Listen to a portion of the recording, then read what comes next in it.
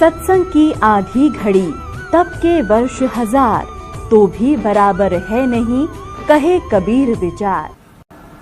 तो यहाँ आपसे प्रार्थना की जाती है, जब तक सत्संग चले आप सब चिंताएं और इधर उधर की गल्ला बातें छोड़ के ध्यान से सत्संग सुनो। पुण्यात्माओं, इन बातों को हृदय में बचाना पड़ेगा। आपने जब भक्ति करना चाहते हो, यदि स्टूडेंट बनना चाहते हो, भक्त बनना चाहते हो, तो ये बकवाद छोड़नी पड़ेगी, तब यह भक्ति सफल होगी। ना तो बेसिक बात बनाओ, ठीक है जिसा करोगे वैसा आपने मिल जरूर जाएगा, लेकिन मोक्ष शेष रह जाएगा। तो नानक साहब जी कहा करते, ना जाने काल की कर डारे, किस विद लड़ जा पास आवे, और जिन आते सिरते मौत खुड़क दी, उन्होंने केड़ा हास आवे। फिर नानक साहब जी से पूछा, क्या आप कभी खुश नहीं होते? तो कहते हैं कि खुश होता हूं। साध मिले सड़ साधी होंदी, और विछड़ जा दिलगीरी वे, अख दे नानक सुनो जी ना मुश्किल हाल फकीरी वे।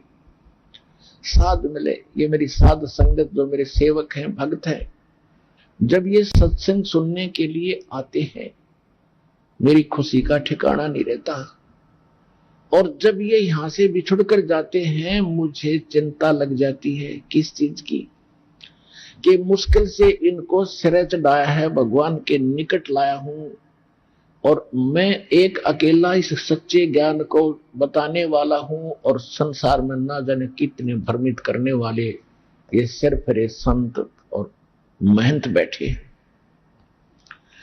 ये भगवान का बगीचा लगा रहा हूं, जब ये यहां से जाते हैं मुझे चिंता बन जाती है कि ये किसी भ्रमित व्यक्ति से मिलकर कहीं अपने मार्ग से ना विचलित हो जाएं, मुझे यह चिंता लग जाती है।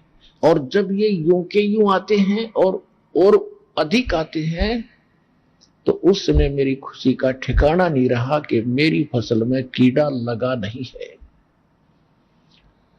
साध मिले सड़ साधी होंदी, विछड़ जाए दिलगीरी वे, अख दे नानक सुनो जिहादा, या मुश्किल हाल फकीरी वे। फकीरी माने भक्ति। या भक्ति जो है इतनी कठिन बना दी नकलियों ने, सैकड़ों प्रकार की बकवाद, ये कर लो वो कर लो, वहां जाडी ने पूज लो, वहां तुलसी ने पूज लो, कि तो मंदिर मस्जिद गुरुद्वारों तक सीमित कर दिए। कहते हैं या फकीरी भक्ति मुश्किल बना दी इन्होंने। तो जब ये सब भक्त वापस आते हैं तो मैं फूला नहीं समाता कि भगवान के बच्चे अभी सुरक्षित हैं, और जब ये जाते हैं तो मुझे दुख होता है, क्योंकि यह भक्ति बड़ी कठिन है। इसे एक बार पैर फिसला फिर तो काल के ही जाल में प्राणी रह जाता है। अब जो प्रश्न चल रहा है कि इस सतलोक आश्रम बरवाला के अंदर जो भक्त आ जाते हैं, इनका घना सौभाग्य है, चाहे कोई दुखी आया है, भावे चाहे कोई सुख में आया है, ये दुख उसके लिए फिर एक वरदान सिद्ध होगा, जो दास के इन वचनों को स्वीकार करके और इस पर दृढ़ हो जाएगा। क्योंकि दास का उद्देश्य केवल आपको यहां बुलाना और छू मंत्र करके रोग नाश करना नहीं है कुछ, क्योंकि अब देखा भगत ज्यादा आन लागे, विशेषकर जो दुखी है, रोगी है, वो सुन लेते हैं, कोई कह देता वहां जाओ, जाते ठीक हो जाओगे। यहां आते हैं कई भगत तो कहते हैं हमने तो बस यो ठीक कराना है, नाम नूम ना लेना। होता कोई बात हुई या सिर में दर्द करना हो हमारे भी, तुम यहां पर यहां आने से पहले ये सोचकर आया करो, यदि आपने मोक्ष प्राप्ति करनी है तो आओ, यदि आपने रोगी नाश कराना है तो हॉस्पिटल बहुत बड़े हैं, वहां जाओ। हमारा मूल उद्देश्य है, जो असली सौदा हम करते हैं वो हमारा सौदा मोक्ष प्राप्ति, जन्म मरण का रोग नाश करना है। और जो अन्य संसारिक और शारीरिक कष्ट या मानसिक पीड़ा, ये तो हम रुंगे में देते हैं आपको, रुंगे में। अगर सौदा करोगे तो रुंगा मिलेगा, ना तो मिले नहीं। रुंगा क्या होता था पुराने समय में? पैसा नहीं होता था गांव में, कनक से ही गेहूं चने, किसान जो है जाति में दास का जन्म था। तो हमारी दादी जी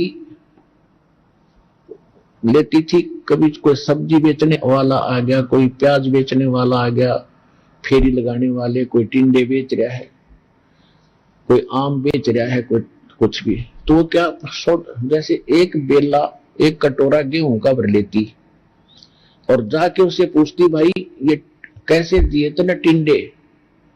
वो कहता ताई गेहूं के 2 बार देता हूं, 2 बार। तो गेहूं एक पलड़े में डाल लिए, गेहूं के बराबर 2 बार टिंडे। जो सौदा करना था तो दादी जी के झोड़ी में डाल दिया। फिर मेरी दादी जी कहती थी भाई रूंगा और दे। वो उठा के एक टिंडा और दे देता, ना भाई और दे, एक और दे देता छोटा सा। दादी जी राजी हो जाती। यानी सौदे से नारा जो एक्स्ट्रा बेनिफिट था उसने रूंगा कहा करते। और रूंगा उसको मिलेगा जो सौदा लेगा। या सोच लियो अड़ान तो पहले हमारा सौदा है जन्म मरण का रोग नाश करेंगे, सतलोक ले जाएंगे, सत भक्ति प्राप्त करनी है तो यहां आया करो, ज्ञान सुना करो। हम भक्त जो अपना अनुभव बताते हैं उससे पहले कम से कम पौना घंटा यही बताता हूं, भक्ति करो, भक्ति बिना बात बने नहीं। और फिर तुम इस भाव से आइयो, हमने मोक्ष प्राप्ति करनी है। और पुण्यात्माओं देखो, यहां तो दोनों हाथों में लड्डू। एक मंत्र लेकर प्रथम मंत्र उच्चारण करके वहां बैठ कर उच्चारण कर फिर भी मृत्यु होगी ना, आपको मनुष्य जन्म गारंटीड है। ये भगवान का कहा वचन समझ लेना। तो इसलिए हम भी इस बात को अवॉइड नहीं करते, क्योंकि जैसे तैसे कोई आकर नाम ले गया, जब दर्द हो गया तो गारंटीड ठीक होगा, तो कैसी बीमारी हो।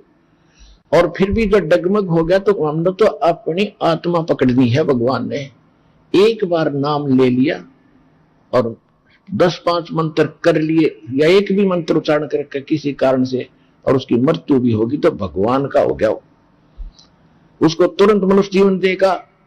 और अब विश्व में ये ज्ञान फैले ही फैलेगा, वो आत्मा चढ़ गई लाइन पे, अगले जन्म में उसका मोक्ष कर देगा। भगवान परमात्मा ने तो अपने लाल इकट्ठे करने हैं। और यहां अगर भक्ति नहीं करेगा, कहीं और जागा वो मरे तो मरेगा। तो मनुष्य जीवन से ना लाख जन्म भी ना मिलना फिरता है, जो भक्ति करे नहीं रखी।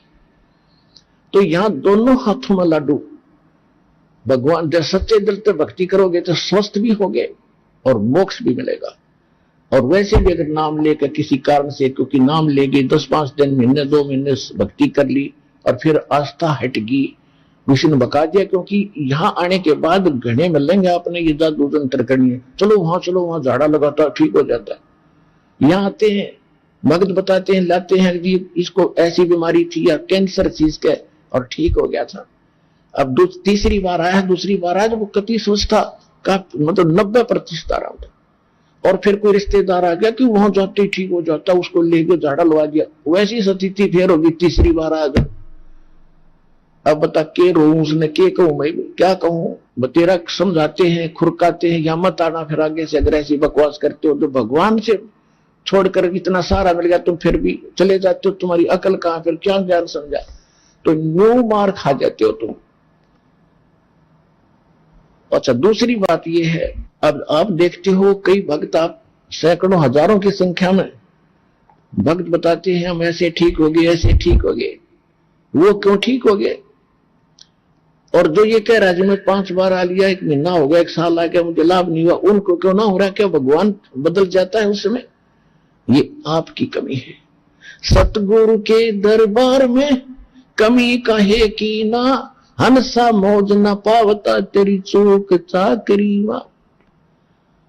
इस सच्चे दरबार में इम्पॉसिबल वर्ड नहीं है भगवान कबीर साहब की डिक्शनरी में, असंभव शब्द नहीं है। इसके सच्चे दरबार में किसी वस्तु की कमी नहीं है। लेकिन आपको रजा नहीं प्राप्त हो रही तो आपकी कोई सेवा में, कोई क्रियाओं में, कोई आपकी मर्यादा में त्रुटि है, उसको ठीक करो। दूसरा ये होता है कि जैसे डॉक्टर के पास एक जैसी रोगी जाते हैं, एक रोगी तो 2-3 खुराकों में ठीक हो जाता है, दवाई देते हैं, और एक को कहता है कल फिर आना 1 हफ्ते में, दवाई ले जा, फिर आना हफ्ते में। तो उसका रोग दीर्घ है, उसका रोग अभी स्टार्ट था, वो 2-3 खुराकों से ठीक हो गया। और ठीक वो भी होगा क्योंकि औषधि वही है, उसका थोड़ा समय लग जाएगा, स्वस्थ अवश्य होगा। तो ये भी कारण है। इस कारण से भी आप लगे रहना। परमात्मा के फार्मूले हैं, द्वार धनी के पड़ा रहे और धके धनी के खावे, और 100 काल झकझोल ही पर द्वार छोड़ने जा। तो इन फार्मूलों को अपनाना पड़ेगा आपने। फिर क्या बताते हैं, धीरे धीरे रे मना धीरे सब कुछ हो, माली सींचे सो घड़ा, भाई ऋतु आए फल हो। एक ये फार्मूला है कि धीरे धीरे रे मना धीरे सब कुछ हो, माली सींचे सैकड़ों घड़े पानी के, और समय आए फल हो। जैसे एक आम का पौधा बीज बोया माली ने, और उसमें जब तक वो पेड़ नहीं बनता उसकी सुरक्षा भी करता है, उसकी सिंचाई भी करता है, सैकड़ों घड़े पानी डालता है, तो वो उस प्रोसेस का मास्टर है। उसको अविश्वास नहीं होता, उसको पक्का दृढ़ विश्वास है कि इससे यूं आम पेड़ बनेगा, और जब ये पेड़ बन गया तो इतने फल देगा, लदपद हो जाएगा।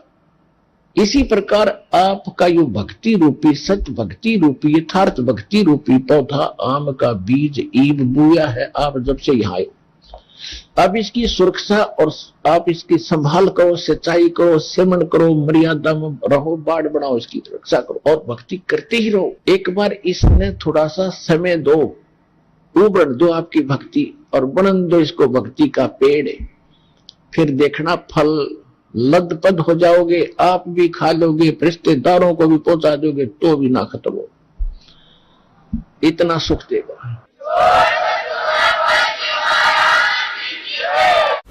भाई जो गुरु बचन पे डट गे रकट गे फंद 84 के, कट गे फंद 84 के, रकट गे फंद 84 के। भाई जो गुरु बचन पे डट गे रकट गे फंद 84 के, वस्तु मिली ठोर की ठोर, मिट गई मन पापी की दौड़।